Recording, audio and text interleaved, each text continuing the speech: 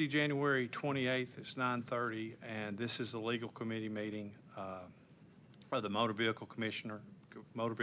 I'm Commissioner Carl Kramer, Chairman of the Legal Committee. I'd like to note for the record that the following members of the Legal Committee are present: Chairman Roberts, Commissioner Norton, Commissioner Andrews, and myself. We are also joined by Vice Chair Farrah Vaughn, who will be sitting in light of Commissioner Levy's absence.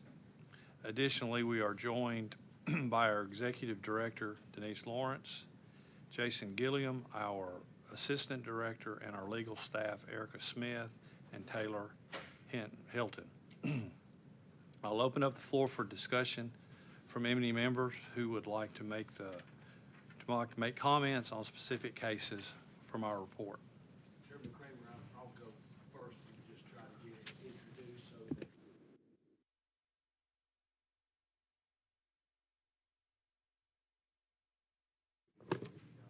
case 1, 2, 3. Mr. Chair, if you'll make sure you turn on your microphone when you speak. Just FYI, everybody, and I know I'll say this probably 2 or 3 times, we are now transcribing this meeting and our full meeting, so it's going to catch everything you say. Gotcha. Is red means it's on? Correct. Gotcha. Okay, well, before we do the 3, go ahead and do your one extra. Thank you, Chairman. This is Erica, and I have just passed out a supplemental legal report, and it just has one case on it. It is a represent of a case that was originally presented to the commission in October. It is very simple, unlicensed activity complaint. We had an individual who had sold 7 vehicles in the last 12 months without a license, and that's 2 over. You know, you're allowed to sell 5. This individual has been very cooperative with me. It calls when he says they're going to call, and just really wants to resolve this matter. They have stopped selling cars. They understand they're not allowed. They have asked to reduce the civil penalty to $500 from $1,000. That's what they've been able to come up with. They've worked very hard to come up with this money.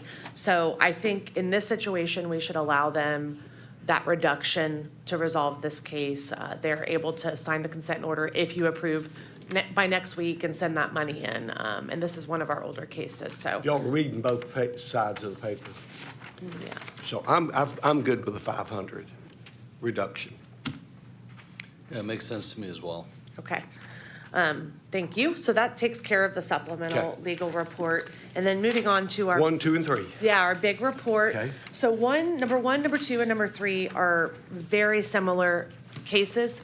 They are all against the same company who is an auction. Primarily, that's their business. That's 3 different locations within the state. That's what you've got your 1, 2, and 3. It's why they're different. But it is the same entity in different locations throughout the state. They also chose to have a dealer license. We don't necessarily understand how they're selling the vehicles differently from their just traditional auction vehicles, but we know that each of these entities are selling thousands, maybe 15, 20,000 vehicles through an auction each year. And then they've also filed an annual sales report, each of them, for the year 2023 that shows, for example, number 1, they sold 49 vehicles through their dealer license. So that's separate from that auction where they don't need a dealer license. So because they have this dealer license, as every other dealer, they have to have a salesperson, no matter how they're selling these. But they're titling these 49 vehicles in their dealer name and doing that title work, and they have to have a salesperson to do that. So in each of these cases, they've not had a licensed salesperson for their dealer license since 2017. We would normally issue a $1,000 civil penalty for each vehicle with any other dealer license. So that's what we've recommended here. We have capped it at $20,000 because it would have been $49,000 and 32,000 for number 2 and 38,000 for number 3. So we have capped it at 20 for each of them, which we are going to do standard going forward whenever we have when we have sales that go over that 20,000, because it's such a high number. However, I encourage discussion if you think that this should be considered kind of a unique situation because it is an auction. So we have the Well- mitigating factor of the sales or of the inspector kind of not citing them for this expired salesperson license since 2017. So we just caught it. Are they selling to people through their auction and calling it retail? Or are they letting individuals into their auctions and doing it that way? Or what are they saying is retail? We don't have that information right now. We just know that they filed an annual sales report separating this small number of vehicles from the thousands that they sell at auction in their traditional manner, where they wouldn't need a dealer license. So we don't really know at this time that difference. We just know that they're paying taxes on those and they're titling those vehicles in their dealer name, those 49. Yeah, at the risk of sounding like Ted Lasso, be curious. This sounds like a pretty big outfit. It is. I don't feel like It is. automotive auctions are a new concept. I feel like they've been around for a while and have pretty established norms in terms of their structure and their practices. And if this organization is substantially different, I'd be curious. And also in terms of, when you say 20,000 seems like a lot, it seems like a lot to you, or it seems like a lot to them? Is this just out of our comfort zone in terms of our fines, or do they push back and say, whoa, whoa, whoa, whoa, whoa? They don't know anything about what we are recommending fine-wise. All they know is they got a notice of violation at each of those 3 locations. So they're in the dark about the number right now. 20,000, yes, it's a lot for the commission to, that we don't normally issue civil penalties at large. However, the program would like to kind of crack down on this unlicensed activity when you let a salesperson's license expire or you let a dealer license expire, especially when you're an established business. So the commission just raised the per violation fine from 500 to 1,000 in the October meeting. We went over a new agreed citation schedule. So we are capping it. It could be double or triple that. But considering the amount of cars they're selling, considering the size of their business and the money that I think that they're bringing in, it's really not large in that scale. Yeah, and I'm not trying to second guess, I'm just, if they're up to something really that deserves scrutiny, and depending on what it is, if this just feels like a cost of doing business to them, I don't know if it achieves the result the commission intends, but I don't have a context for that. And I guess defer to the other commissioners in terms of the size of the fine. Well, I have a question, Commissioner Norton. One of the auctions, I understand there's 3 listed Yes. here. So did at any given time, they have a salesman license? Yes, they So it's just did. one or all 3? All 3 had a salesperson's license because they would have had to have one to get a Right. dealer license. And so for instance, number 1, they've had a dealer license since 2008. So it sounds like they renewed that salesperson license all the way through to 2017. And for whatever reason, maybe they had a change in their administrative, the people that handle those renewals, but they stopped renewing it. Well, were the auctions, were they unaware of the fact that they didn't have a salesman's license? That could be the case. Did they come in back in compliance? Because it is commonplace for auctions now to have public sales, and they do collect sales tax, and they do license, all that. But the salesman's license is something that's easily overlooked. Obviously, we've seen this in all these cases. And being a dealer, we have to police that regularly. I'd be curious if there was willful intent. And let's face it, these guys are out there collecting a heck of a lot of sales tax for us. Right. I don't think it I don't think there willful, was but- willful. Yeah. I think it was negligent, Yeah. Okay. and maybe not understanding, because there could have been a change in their employees, not understanding that they need a salesperson license because they're an auction. Yeah. Doesn't the principal have to have a salesman's license when you get a dealer license? You do have If- to have a, If you are a sole proprietor, then you have to have You do not have to have a salesperson license, is that correct? And if you are not a sole proprietor, you're an LLC or an incorporation, then you have to have another person who is at least one other salesperson. Or you can get one yourself. Have they recently made an application for a salesman's license? Oh, I think they, I feel like they've resolved the salesperson, or, do we know, Jason? The dealer, I think the dealer license had expired in one of those. Yes. One of the very first ones, I believe the dealer's license has expired. And actually, and I apologize, that's just the one that I checked. I did not see a licensed salesperson. I just saw that they had renewed their dealer license. Has their response been timely, and have they worked with the staff to resolve this? There's not, because this was just a notice of violation that the inspector wrote, had them sign, whoever was there that day, there's nothing that we've had to send out to them for them to respond to. However, if I got a notice of violation at my business, I may reach out to find out what I can do to fix it. Yeah. That hasn't been done that I know of. Well, I think that we need to be mindful of being consistent and trying to be reasonable. These people have double jeopardy or triple jeopardy because they've got 3 locations all operating as one, and you hit each entity, then you've hit them 3 times. And they did fill out the paperwork and report their own sales. So Yeah, they they- weren't trying to skirt the issue. Right, they have done 3 sales reports for each location, you know. Yeah. And also, well, I just lost my train of thought, but I think that this is probably the first time we've had this situation come up. So it's not something that we can go back and say, oh, what have we done in the past with auctions? Yeah. That also have a dealer license, that have let their salesperson license expire. So it's kind of a 3 cases of first impression. And it may be also that our inspectors haven't known to look for that at auctions until recently. Sure.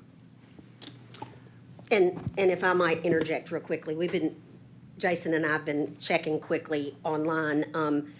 When these notices of violation are issued, the inspector specifically tells the person, this is what you've done that's a violation. And on this particular one, it was that their dealer license had expired and that they did not have a salesman license, that it had been expired since 2017. Since that time, they have renewed the dealer license in the case of number 1, but for all 3 locations, they have not had a salesperson licensed. And that is still the current state of affairs. Yeah.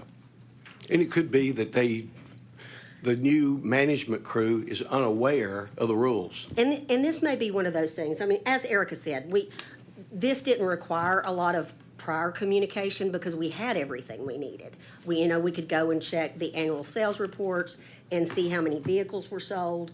But you're right, this may be new management. I don't know. I mean, I don't think that there was anything nefarious, certainly. And I mean, if that's what you guys want to do, I think that's perfectly reasonable. If we want to, just have a discussion. It seems like I can only think of 2 names right now, so I apologize. I checked the other big name that I thought of, and the other big name literally filed annual sales reports that listed like 10,000 plus vehicles. So they're doing exactly the opposite of this person. They're listing the wholesale deals and the ones they don't have to. Right. My guess is they're listing everything. Wow. Right. Which that's a lot. I go back to that 2017, our folks didn't go out and check it. So there's no way to alert them or teach them at that moment what was wrong. I think we need to come up with something lesser of a fine because it's the same institution, something in the $5,000 range. Y'all can say it should be more or a little less, whatever you want to do. But I think it needs to be about, Yeah, something there's like- definitely a few mitigating factors here that we can consider. One being, it's a very unique business structure with them also wanting a dealer license and having, it's not necessarily instinctive to know that you need a salesperson when you're not selling vehicles at a dealership traditionally to the public, that this is the first time that they've gotten a violation in 7 years, even though it has been expired that long, and it is the same entity. Yeah. So those are all things that we can consider as mitigating if the commission wants to bring that down to whatever you feel comfortable with. And also, look, I'll bring up one thing, and I'm careful to do this, but, you know, a lot of states don't even have salesman's license around us. Now, I'm all for it, and I think it's justified and it's necessary so we can keep up with who is selling cars in our state. So I have no trouble with us having it. I'm just saying, you know, these guys are operating in other states that don't have to have that. So it could be that they just haven't had the education to know what our rules are versus Georgia or Alabama or another state. I don't know. I'm not trying to give them a break because I'm not friends with auctions or anything. I just can tell you that I just want to be fair and consistent in here and not, you know, we can do anything from, we can give them a written warning. We can do a warning, or we can do $5,000, or do a letter of warning and $5,000, whatever y'all want to do. One more piece of information I just want to give you in case Okay. it's helpful is, we just looked it up, the other very large auction business in our state also has a dealer license, and they do have an active salesperson, so if that means Okay. anything to you. Okay? Well, so the structure is not that unusual. It's just we hadn't really noticed it. Right. I mean, there's not a lot of them, so. Yeah. I agree with Chairman Roberts. I think, I mean, they self-reported, right? And I think, I mean, and they've been doing it, I mean, they hadn't had a license in 2017. And they self-reported. I think a warning or a live fine would be sufficient. And I'm going to speak from, our group owns 3 auctions in the state of Tennessee. So you can imagine where my mind's going right now. I'm going to be racing to making sure, it can be easily an oversight. And we have auctions in other states, and I'm unaware. But, you know, and it's not mainstream. Well, these auctions don't sell, it's not their day job. Their day job's selling wholesale transactions. So That's right. Yeah, I would lean towards Chairman Roberts' suggestion that we not be as punitive on the fine for this situation. I agree with you as well, but as long as it's not, you know, the second violation, you know, the next time around to me would be a completely Oh, different. yeah. That would be a full tilt fine, just like The it should be. next one, I suggest that we keep the rules intact. Well, like you said, there's mitigating circumstances in this, the essence of time, the investigators not finding this until all these years later. So I think this doesn't set a precedence for what we plan on doing as a commission. No, I don't think this sets a precedence. I think if you were to set not to go below level, you would be scrutinized more on that. But I'm not a lawyer. We can ask them. But giving them a break based on mitigating circumstances, I think is well within our rights. So we're talking about $5,000 per, so 15 total for the 3. And is there a mechanism, if we go that way and give them quite a break, as you suggest, and I understand why I suggest that, is there a process for saying, hey, you were subject to this? The commission, in an abundance of, I guess, understanding, dropped it to this other. And if we do that, is there some sort of industry organization that all the auctions are part of where this can be a cautionary tale to try to let them know the consequence if they don't know, to make sure people don't? I can do a notice on the website or send out a notice to everyone. And what we were discussing sort of amongst ourselves was, you know, regardless of whether it's a letter of warning or a reduced fine, we think it would be appropriate if within the consent order it says, and you have X number of days within which to have a licensed salesperson, just to ensure that they are in compliance like their counterparts. And just to address your concerns about setting a precedent, I wouldn't be too concerned with that because this is a unique situation with unique mitigating factors. So I doubt this would happen again. And if there was another case like this where there was not mitigating factors, we would handle it differently. And that would be are right, and it would be, a recommendation from legal that it would be handled differently, so. And then another thing, I was talking to Taylor, I'm not sure if Denise mentioned this, but along with whatever fine or whatever you decide to do, I would recommend that we give them 10 days to get a licensed salesperson on each of their stops. Okay? Agree with that. Does the staff know how many dealers licensed that auctions have in the state of Tennessee? How many entities there are? Just curiosity. We don't. Barry's always our go-to for all of this historical knowledge, and unfortunately, he's not feeling well today. But we did chat about this yesterday, and I believe his exact words were, most of them do. He could not think of a single one that was not also licensed as a dealer. So I know that the two big ones are definitely licensed as dealers. We'll have to do a search for all of them and maybe spot check them and give you an update on that. Well, they don't have to have a No, they dealer's don't have license to. No, they don't if they're have to. not retailing. That's correct. And That's correct. retailing is defined by sales tax. If you collect sales tax, it's retail.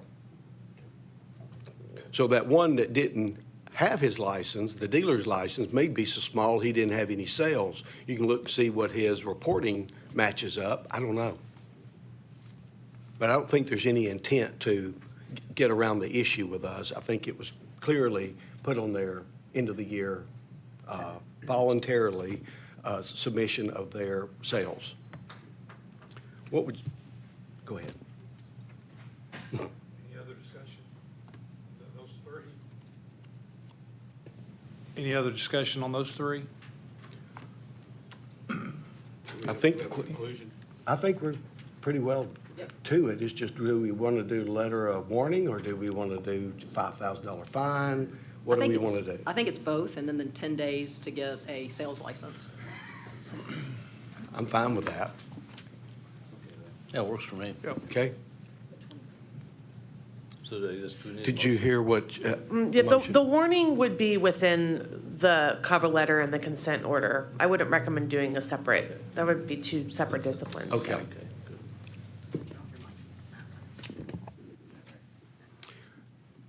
So we go ahead and ask for the motion and second, Do we have to have a motion for that? or do we? Oh, my bad. Okay. Make a motion to approve for $5,000 fine Actually, per at the occurrence. end. Can we do it at the end? Yeah, just wait till the Okay. end. This We'll is do just it for at those the three. I end. apologize. That's right. You were right. Any other discussion on any other? Yes, there were just a few quick ones. The number 20, Erica, you can speak to that one. Yes, The markup. thank you. Or gross up. I would like to just suggest that I will reword the summary a little bit. Sorry, bear with me. So the last sentence, I would suggest rewording it that council confirmed that a lender can allow a dealer to gross up an income on an application up to 125%. But it's not a okay practice for a dealership to do that. That's on their income. So you're taking their income, marking it from 18 to 23, just because you think there's a rule that allows, and there's not one. Yeah, it seems unsavory, but also the person, that wasn't the person that had that that's complaining, is a family member. Correct. Yeah, so that, The family Those member two probably is things stuck with the together. bill and they're very Yeah. upset about it. Yeah. So the dealer knows he's on the hook with a finance institution, that if they falsely report income or any part of that transaction, that they're not privy, if they're not privy to the information on that credit statement, then they could have to buy the car back. So, anyway, that's good. Okay. Anything else from you all? Any other? I was going to look at case number 17.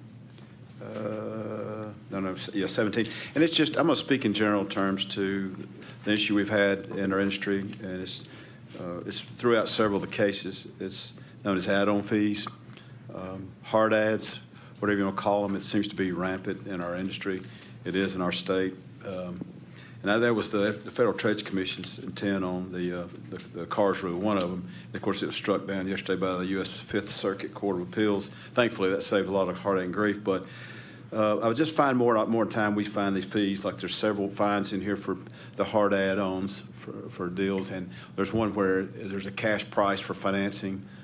And there's different prices based on financing and paying cash. That violates federal trade laws first, plus state advertising. So I'm just going to make a general comment as we see these things, and I've observed the fines for these are light, and because I'd pay a $1,000 fine and keep doing what I'm doing for practices that are making hundreds of thousands of dollars a month. I think that's wrong. I think as a commission we need to be aware of that and know the industry. I mean, I know of 120 Group who condones the activity, and it's illegal, state and federal. So it just shocks me that it's so rampant in our industry.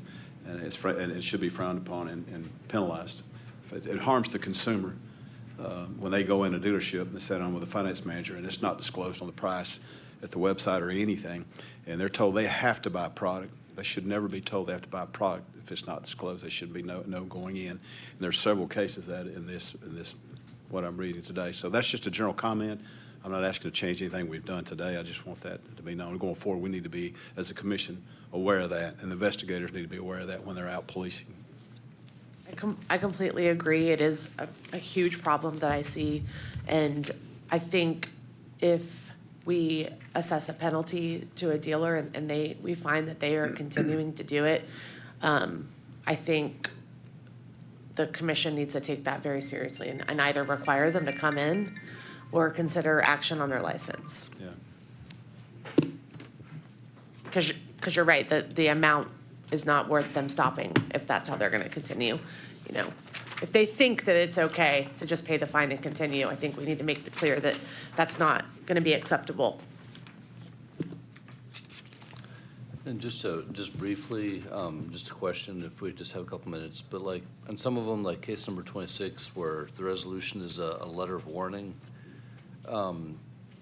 is there a mechanism to follow up to see if the warning was heeded?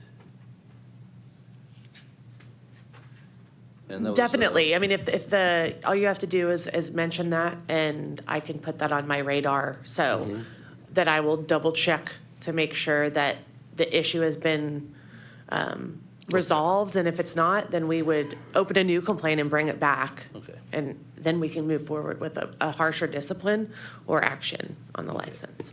Yeah, I know that's a rookie question on my part, I was just curious. No, how it's a that great worked. question. So on number 26. Well, number 26 is a specific example, but since a letter of warning is one of our mechanisms, that seems like that would trigger a follow-up. Definitely. Yeah. It's a great idea. We allow that to be asked just one time. I've got just two quick ones. On number 80, we had $6,000 civil penalty for unlicensed activity. That's for over 6 cars. It looks like that time frame was over a year. They only sold 6 cars in a year. I found that to be unusual. That's number 80.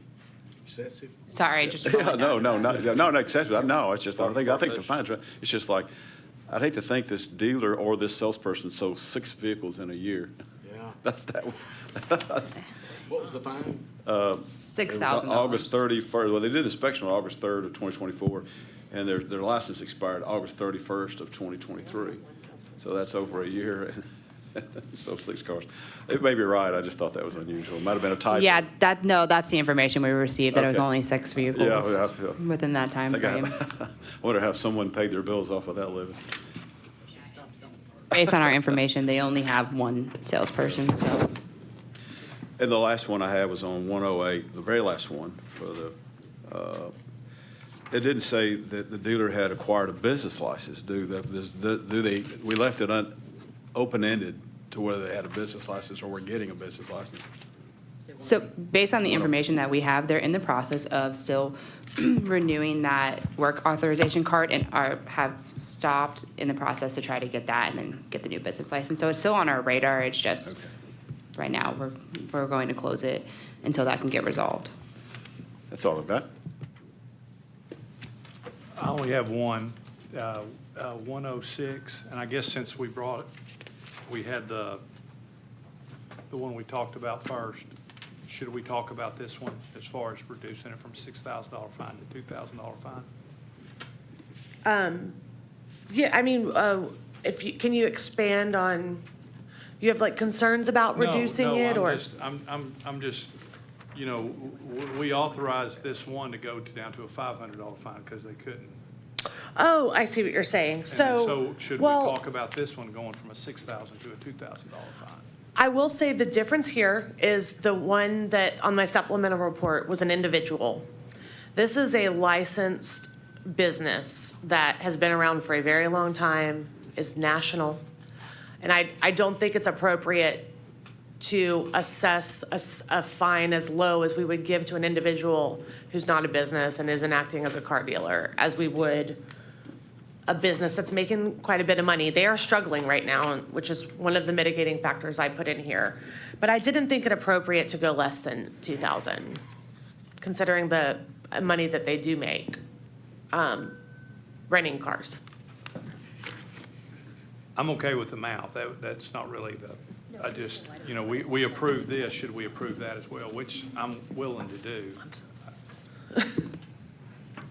Just a little bit of explanation of why they were separate. That one was not on the original report, so it wasn't sent out to you guys before. And so Erica just wrote that this morning, so I think that's why she was touching base on it, because you didn't have a chance to review it. But typically, we don't go over the represents like that usually, but just because that one was a new one that came in the information this morning. Yeah. I literally just typed that up today, so it was brand new for you. And that's the only reason it was.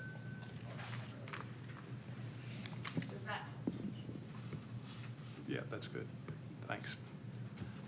Okay, no more discussion. I'd entertain a motion to adopt the legal report as amended by the legal committee. So moved. Second. Do we want her to state it before we adopt it? Do you want to recap it? What you're changing, or are we all okay to know that's done? Okay. Okay. Yes, I can recap it, and then we'll do that again once the full Yeah. commission is here. So the changes that have been discussed and approved to this legal report, number one, the recommendation has been changed to authorize a $5,000 civil penalty for unlicensed activity and require the respondent to get a licensed salesperson within 10 days. Number two is the same, authorize a $5,000 civil penalty for unlicensed activity and require the respondent to get a licensed salesperson within 10 days. And number three is also the same, authorize a $5,000 civil penalty for unlicensed activity and require a licensed salesperson within 10 days. Number 20, I'm gonna reword the last sentence to make it more clear that council confirmed that a lender can allow a dealer to gross up an applicant's income on an application to 125%, although any fraud or deception in that application can be addressed as illegal. Okay, number 26, we already have a letter of warning going out, and we're going to follow up with, to make sure that the issue has been resolved within 7 days. And I think that concludes the changes.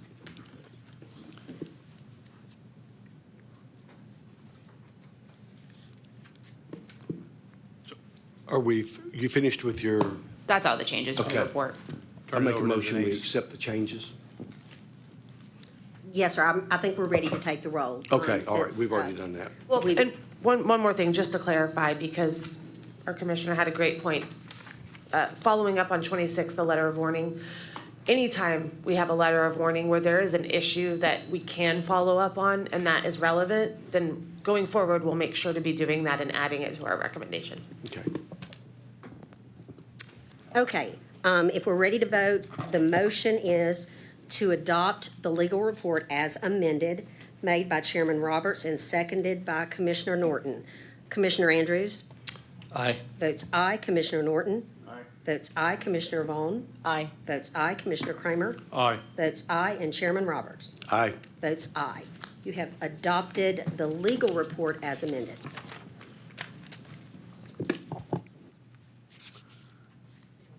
Motion to adjourn.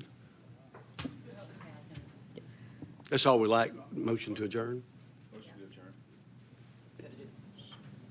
Commissioner Norton, motion to adjourn. Commissioner Vaughn, second. Do we We're want to gonna just do take like 10 a 10-minute? We're going to take 10 minutes, and we'll be right back.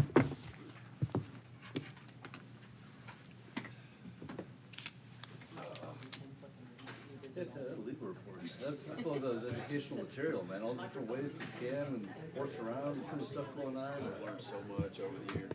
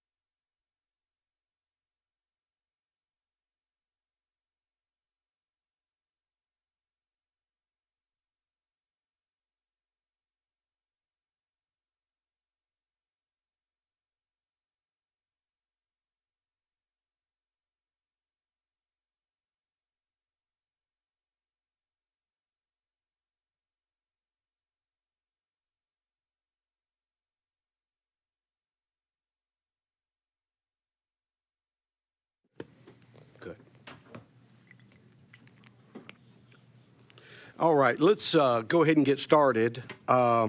First of all, I want to apologize about the 10 o'clock meeting today. That's unusual. We'll always start earlier than that. It should be 9:30. Yeah. Oh, that's right. Yeah, East Tennessee people, it helps. But next, I want to note that Alani Speaker is no longer a commissioner. She took early retirement from Nissan, so she won't be with us anymore. But we do have a new member, Dwight Morgan from Chattanooga, and we're glad to have him fill somebody's spot, whoever it was. Sure. Yeah. I can't even remember, Denise. Okay, Clay, that's right. It's been a while. That's been a long vacancy. That's why I couldn't remember it. But anyway, and Dwight, you've already earned 2 spots on committees. Oh, wow. Yeah. Wow. Lucky me. Work never ceases around here. So you're on the audit committee and professional development, personnel, and training. Okay? And they hardly meet. But anyway, you're on them. Good. Thank you, sir. Yes, sir. Thank you for being willing. Anyway, I'm just, I guess we need to call the roll this morning to get started. Executive Director Lawrence, will you do so? Yes, sir. Commissioner Andrews Here? is present. Commissioner Copenhaver Here. is present. Commissioner Elam is present. Commissioner Evans is present. Commissioner Galvin Present. is present. Commissioner Kramer Here. is present. Commissioner Melton is present. Commissioner Norton Here. present. Commissioner Owens Present. is present. Commissioner Vaughn Present. is present. Commissioner West Here. is present, and Chairman Roberts. Mr. Chairman, you have a quorum.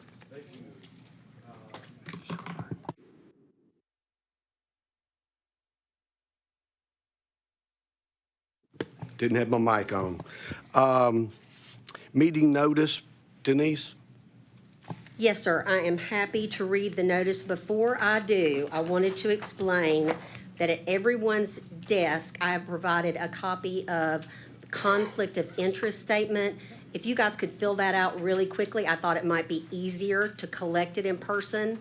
And we'll get that back to the administration and let them do with it what they will. I've also provided just some financial information that we left out of the packet because it came in sort of late, just to let everybody know where we stand. And I'll get more into that later. But this meeting's date, time, and location have been noticed on the Tennessee Motor Vehicle Commission's website, included as part of this year's meeting calendar since December 3rd, 2024. Additionally, the agenda for this month's meeting has been posted on the Tennessee Motor Vehicle Commission's website since January 21, 2025. This meeting has also been noticed on the tn.gov website. And as Chairman Roberts mentioned, I apologize for the time. That was a miscommunication, so we'll get that remedied going forward. Okay, we need to adopt the agenda for today. We need a motion. Okay. Commissioner Melton made the motion. You got the second? Second. Recorded? Stan Commissioner Norton? Commissioner Norton. Any further discussion? All those in favor say aye. Aye. Opposed? All right, we've adopted the agenda. And I think first on the schedule for today is salesman dealer appeal today. Is that right? Yes. You want to go ahead and present it to us? Yes, we only have one today. Nathan Click, you can come up to, Can I interrupt for one quick second? If you'll, Mr. Click, please come to the podium. If we can just adopt the minutes quickly, I think that was our next item. Oh, did I go on the over it? agenda. It's Excuse fine. me. No, that's fine. Man, this new agenda I got just kind of breezed right over it. Anyway, we need to approve the minutes from the October 29th meeting. I make a motion to approve the minutes for the October meeting. Commissioner Vaughn, second. Any further discussion? All those in favor say aye. Aye. Opposed? Unanimous, we approve the minutes. Now we can go. thank you. This is an appeal for Mr. Click's salesperson application, which was denied based on 2 convictions of moral turpitude. For both convictions are for reckless endangerment. The crime happened in 2019. I believe he was convicted in 2020. And the commission has discretion to deny this applicant until December 14th of 2028. Okay, would you like to address us and explain a little more detail what you think we need to know? Yes. And stand closer to it. Okay. Okay, so just explain what happened in the, Yeah, just tell us Okay. your story and just, why would we want to issue you a license? okay, yes, sir. I brought 2 letters from my probation officer and the program that I've been in for the last 2 years. I caught the charge when I was 18. I was a kid. I've lived in the same house ever since I was, I think, 6. That house was always located in County District, so I grew up firing guns at that house. At the time that I had actually caught the charge, about a month prior, the county ordinance and the city ordinance had changed a little bit. They had moved my home into the city. We got no acknowledgement of that. Nobody told my parents about it, anything like that. So I was outside target practicing. When they came, I was actually shooting at a target. The officer said, I understand. My mom came outside. She said, he's been doing this his whole life. And they had just made it aware that in that county, it was no longer in the county. Both were in the city. Before trying to join Hopper Auto Sales, I worked at Volunteer Auto. Before that, I was landscaping. I love working in the car industry. I love helping people. I love seeing the smiles that it brings to people's faces. I love just, being a part of the family that Hopper has created there at their dealership. It's not like any other workplace that I've ever been in. It's like a family. They do their customers great. I love going to work every day when I wake up. I don't know if you want to take these. You want to read them, I can. if they're not too long? Well, they're not. The first one, I'll do my probation officers. This is a little bit longer. To whom it may concern, Nathan Scott Presnell Click was under the supervision of Tennessee Department of Correction, supervised probation, per information provided by Blount County Circuit Court Clerk's Office on December 14th, 2020. He pled guilty to the offense of reckless endangerment before the Blount County Circuit Court and was placed on supervised probation and a period of 3 years to run consecutive to the case. As a part of his conditions and probation, he is required to obtain, maintain employment, and pay off all of his court costs, obligations to the county clerk's office. At this time, Mr. Click has been in compliance with his supervision and is current participant in the Blount County Recovery Court Program as an additional condition of his supervision as ordered by the court. The second one that I brought is actually from the program.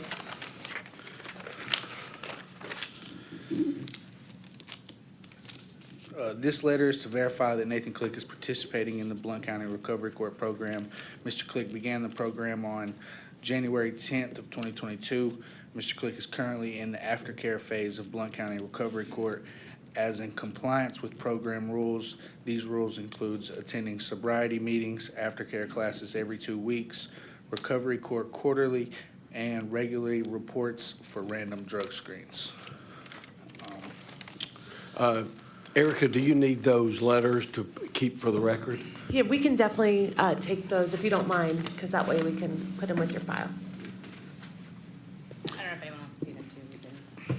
You got anything else to say at this moment? If you don't, we can bring your, whoever you brought as a character witness with you. I would just like to say thank you for even giving me the opportunity to be here. I know that, it could have been automatically denied, and the chance of me coming here to try to, obtain this position wouldn't have been possible without y'all letting me come. So thank you. Okay. Come on up.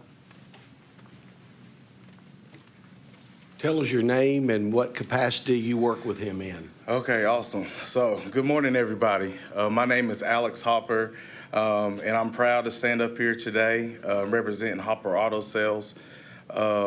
I am a little bit more outspoken than this young man, so I'm going to try to make it as brief as I can, okay? Let's be honest, this isn't a perfect world. If you come from where we come from, the only person that is perfect is Jesus, okay?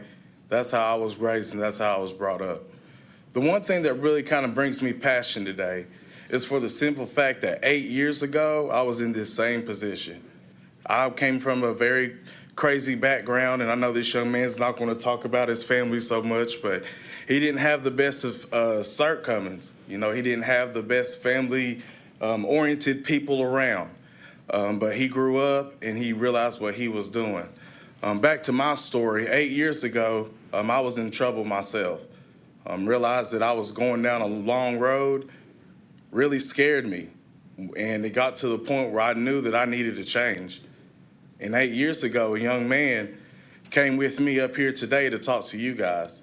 And I was able to explain my story, and you guys all raised your hands for me. And today, I can stand forth saying that I now own a dealership, where now I have 7 employees, and I'm able to take care of everybody. I'm sorry my voice is a little shaky, but it's because I 100% believe in this young man. Nate has been a very interesting story with me. Since he's came up, he's absolutely loved what he's done. He's able to put a smile on people's faces every day, and he's able to make sure that he's be able to provide for his family. This young man has kids, and he has 100% been on point with all of his probations up to this time. And I know his probation officer personally because we have to make sure that he shows employment while he's going through his recovery. Now, let's be honest. It was a horrible situation that this young man was in, and he took the charges as a man and kept moving forward. And one thing that I desperately don't want this young man to do is be held back from the opportunities that has been made in America today. This young man has paid his fine, he's done his time, and he's to the point where he's almost completed with all of his situations. One thing I love to brag about this young man is even though he's going through his drug court program, he's actually one of the sponsors. He is the person that helps other people in the sponsorship program to be able to overcome the situations that they're going through. Now, drugs is a very big thing that's going on in America. This young man has no drug conviction, and he takes drug tests every week. This is an outstanding young man. He comes to work every morning on time, and he will be the last one to leave. Today, I stand here pleading with you guys to let this young man be another example of why America is what they are today and why you good people are able to make these kind of judgments to be able to better people's lives. This young man is able to be capable of doing anything that he can, and I want him to know that the sky is the limit, regardless of what you've been through. It's not about where you've been, but where you're going. This young man has a bright future. Regardless what happens today, I know he's going to make it, but I would love for him to see him thrive and prosper in a situation that he absolutely enjoys. It's hard to find good salesmen. It's hard to find good people. And when you have both of them at the same time, you don't want to let them go. Thank you so much. Mr. Hopper, I'll make a comment to you before you leave. This is exactly why I believe that a second chance works. It certainly did for you. Yes, sir. Okay. Thank you, guys. Questions from the commissioners? Commissioner Vaughn, I have some questions for Mr. Click, please. Will you touch on the part that you marked on here that was your crime drug related? So how was it drug related? Was that part of the arrest, or was that just what was going on in your life? I marked that there was a, say it one more time, I'm sorry. It says your conviction, it says, was your crime drug related? And you put yes. Oh, no, it was not drug related. But you are I going must have through. misread it. The program that I'm in, it is a recovery program. At the time, I was drinking really bad. I lost my father, and I never really had him a part of my life. We had just reconnected, and I lost him. And so at the time, they offered me this program, and everybody told me not to do it, not to do it, not to do it. I've done great things in this program. It is a drug program that I'm in, and at the time, the actual charge, I didn't have drugs in that charge. There was no drugs found. There was no, drug like arrest when they came to the house. But they offered me that program, I think because of my age, and just to try to give me a second chance in that program. It's crazy because nobody thought I was going to make it through the program. I've done it flawlessly. They have these things called sanctions. I don't have any of those. Yeah.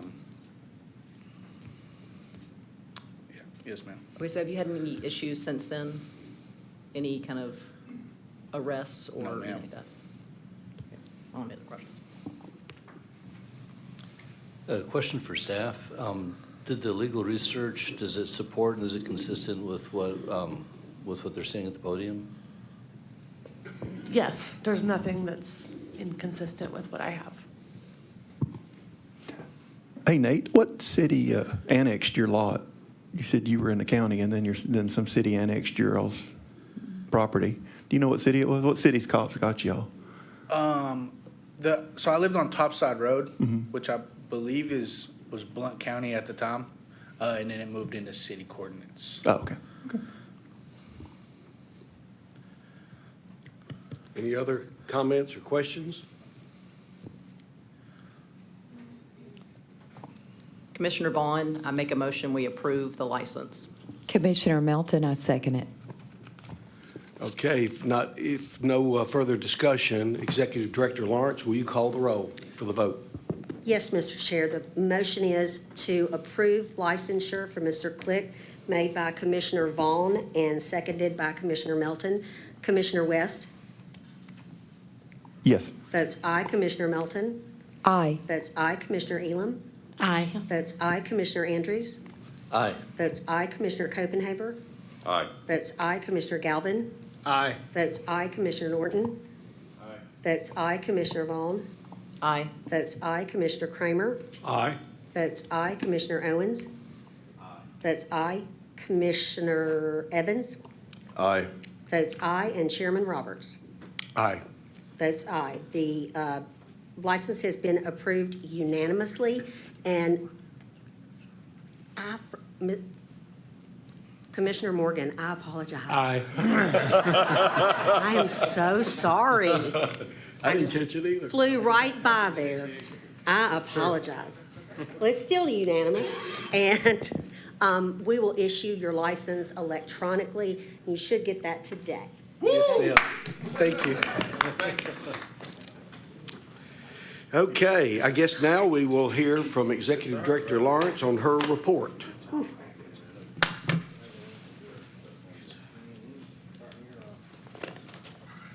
Thank you, guys. Okay.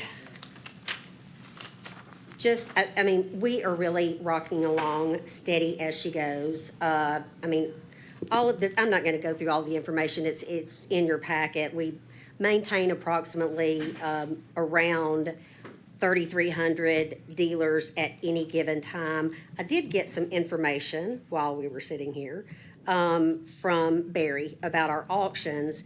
And it looks like we have 30 auctions licensed, and I'm really kind of glad this came up, because this is something that we need to clean up, and we're going to do that.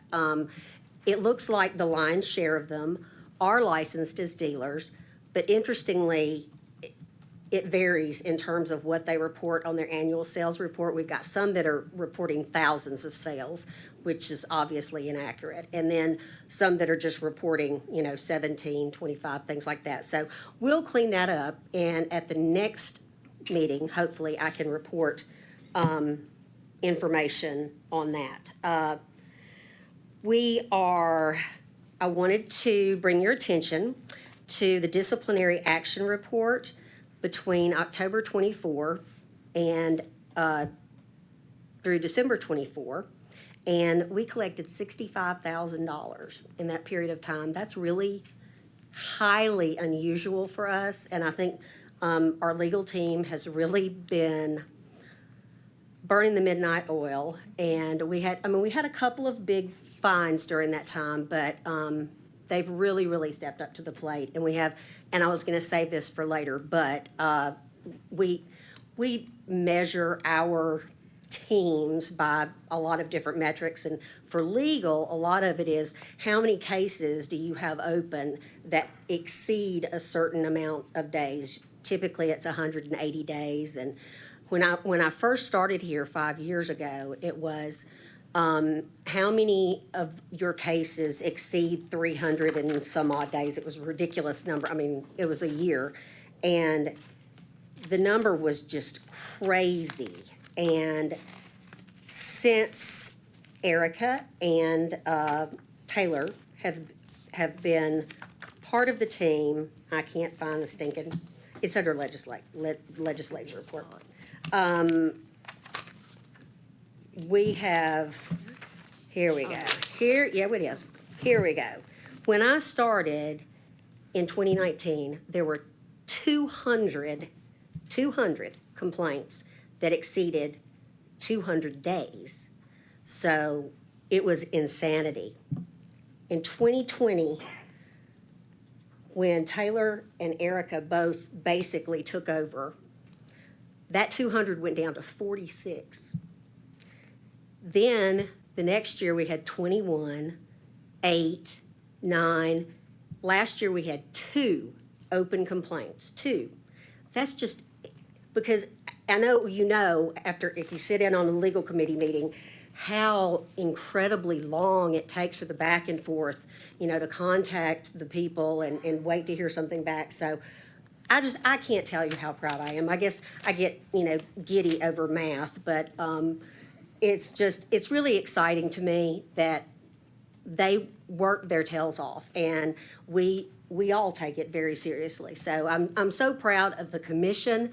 I mean, you guys come in here and you hear 100+ legal cases on each report. That's a lot of work to do, and you all come prepared. So listen to me, I need to shut up. But anyway, I also put on your desks that we left out of the packet because it came in kind of late, the budget closing for last year, and that NPS, that crazy Excel spreadsheet, which you don't, have to really look at. But I also included with that a little chart that I did that we looked at previously that shows you where we are in terms of our finances if we don't pursue a fee increase and if we do pursue a fee increase. I was going to wait again to talk about that, but I'll go ahead and say now, our fee increase rules package is moving through the process. I have scheduled, the next step now is for a public hearing where we invite the public to come in and give comments on our proposed rules. We have scheduled that for March the 17th. I don't anticipate that meeting will take very long at all, and I will get out to everyone in advance of that meeting a little cheat sheet. This is what they're going to look like, so you'll have time to look at it. I'm going to take advantage of that same day and ask Chairman West to hold a Rules Committee meeting that will happen in advance of the full committee meeting, and the purpose of that one will be to consider a separate package. We talked about this a couple of years ago.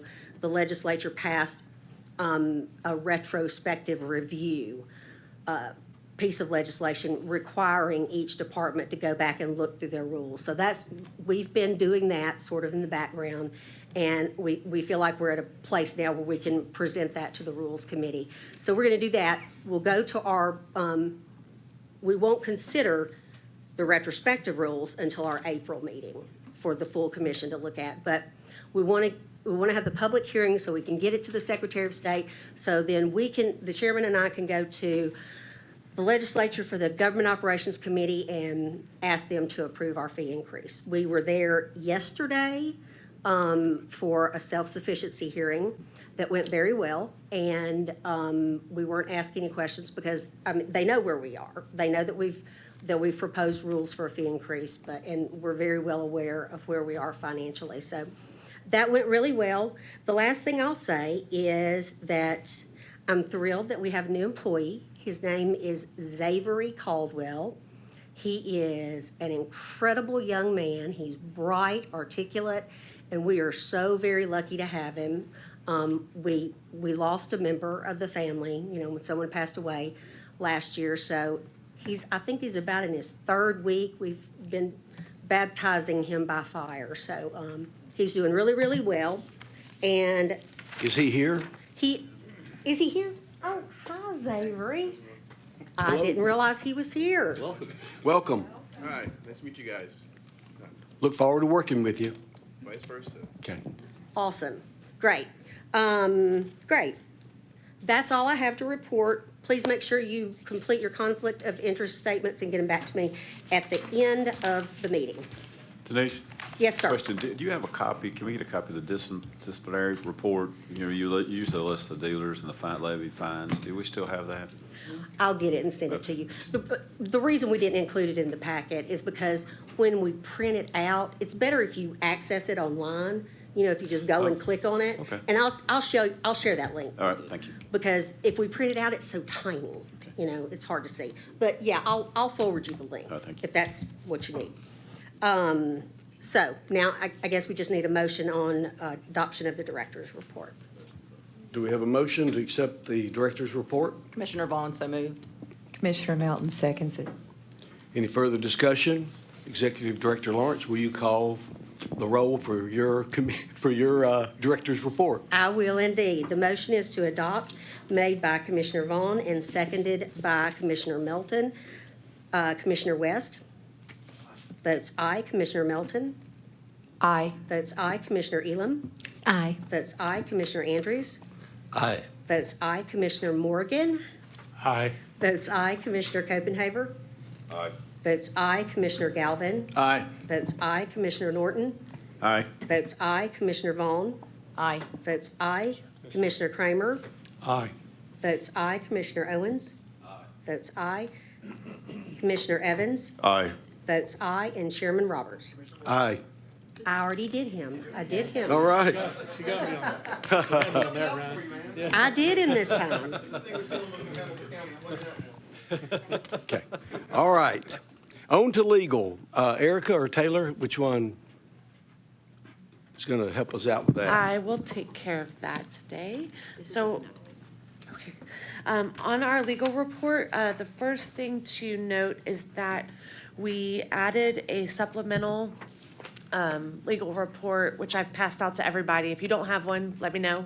It's just one complaint. It's 2024-033-101. This is a case that was already presented in October, and we discussed it at our legal review, and it was approved that we would reduce the civil penalty to $500 from $1,000, so we could resolve this, which will be resolved next week since it's been approved. And then there's just a few changes to the legal report on number 1, number 2, and number 3. The change is the same, so I'm just gonna read it once. The recommendation is authorize a $5,000 civil penalty for unlicensed activity and require the respondent to get a licensed salesperson within 10 days. So that applies to number 1, number 2, number 3. Number 20, the last sentence, we are just rewording to make it more clear. We're changing the last sentence to read, council confirmed that a lender can allow a dealer to gross up an applicant's income on an application to 125%, but any fraud or deception outside of what a lender allows is considered illegal.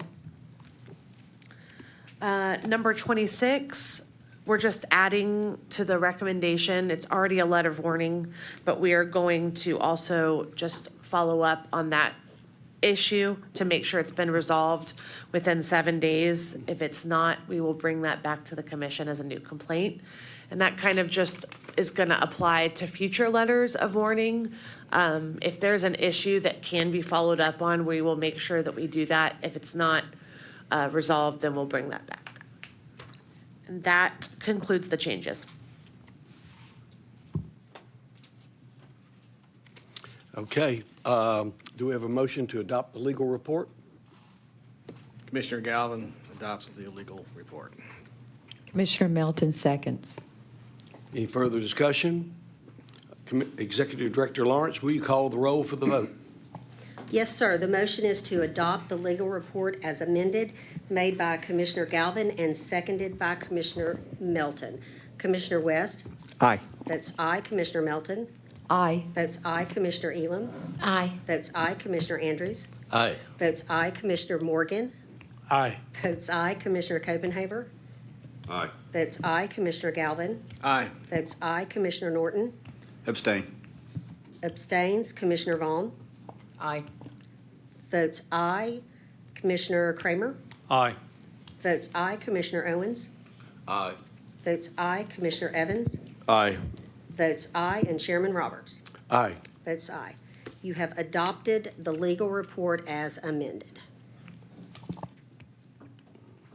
Okay, new business, the proposed quarterly meeting dates. Denise, you want to kind of go over that with us? What we've said it? Yes. I apologize. Yes, we have, we looked at the calendar, and what we try to do is schedule our meetings for I think it's the last Tuesday of each month. And so that's what we did for 2026, 27, 28. We can certainly revisit some of these dates. The whole intent here is just to get something at least tentatively on everyone's schedule so that we're not conflicting with our other 20-some-odd boards that we compete with for rooms. And also, now we have lots of occupants in this building now, other tenants who aren't Commerce and Insurance, so we're sharing rooms with them as well. So that's why I wanted to get these dates on the calendar. If y'all want to look at them, think about them, talk about it next time, or if you want to go ahead and adopt them, we can do that. We would only change them if we had several members. That's correct. That couldn't. If it's just one member, we probably will have to leave it like it is. But if you have, 4 or 5 of you right now say, I've got a problem with a certain date, we might can change it to the second Tuesday in the month. But if not, we need to set it and go with it right now. And then somebody will just have to be absent if they can't do it. But please, if we adopt these, please put them in your phone as soon as possible so you'll know and you won't be surprised by the meeting dates. Okay? All right.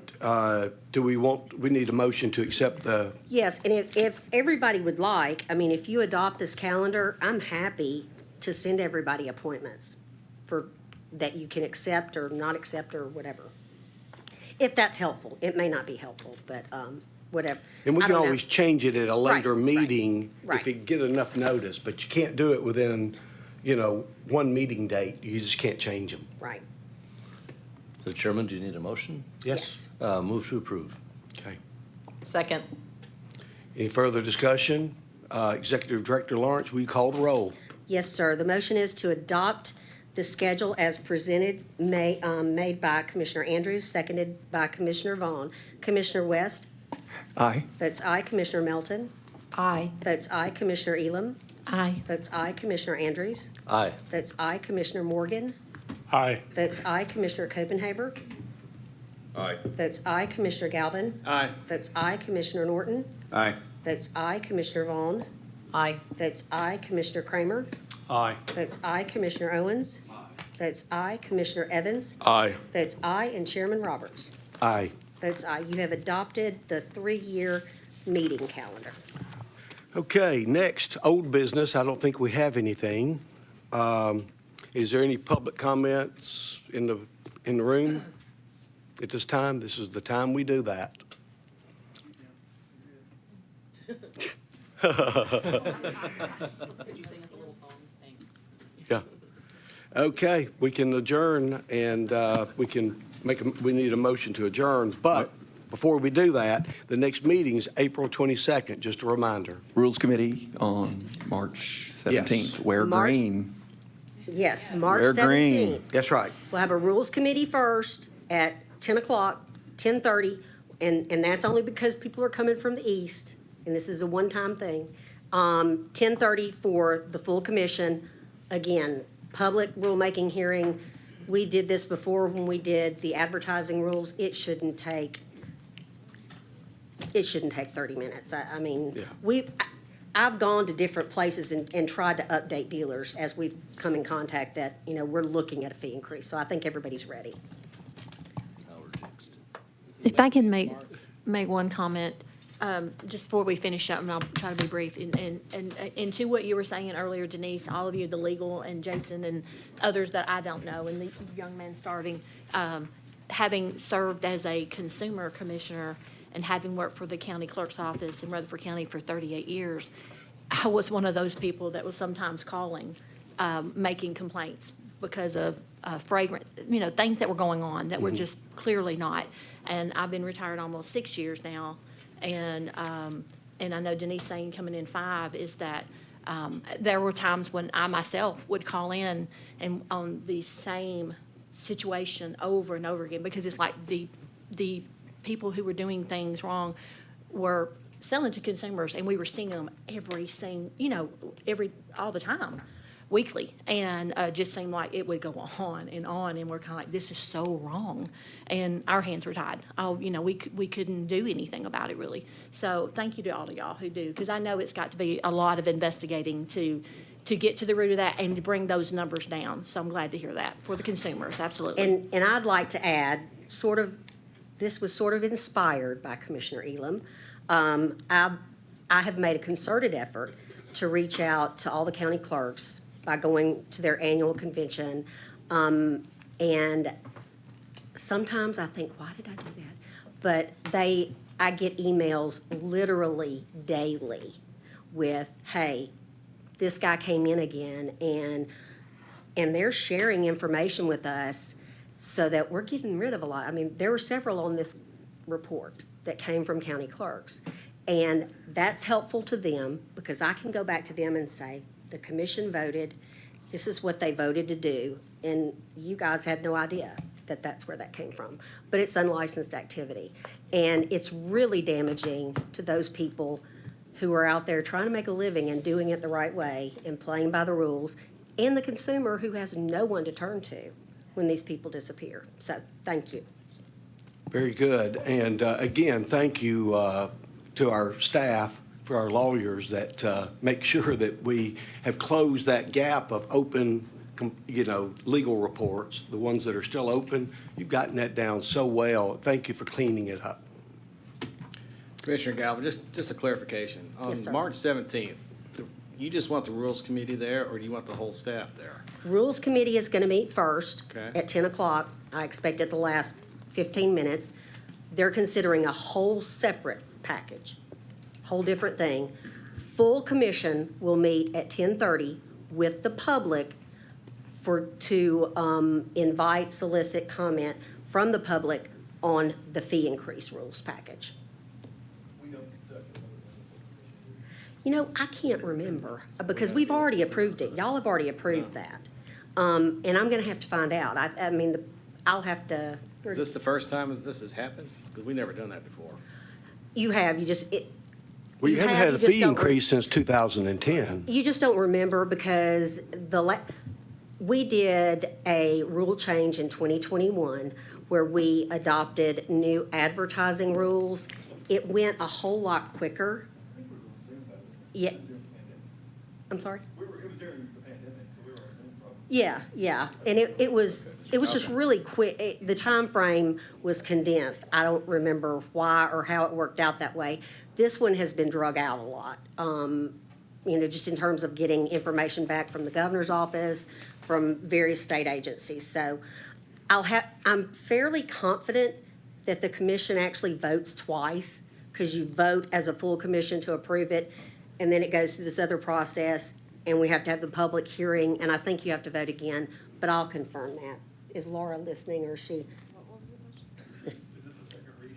When we have the public rulemaking hearing, do they vote again at that time on the rules package? Because they've already approved the fee increase.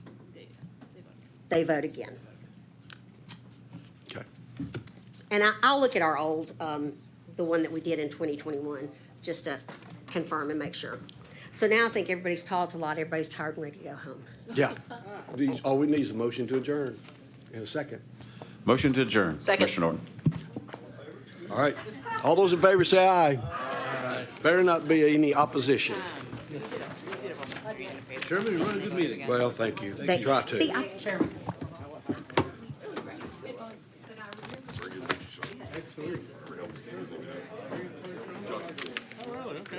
See, Dwight, it's not that bad, buddy.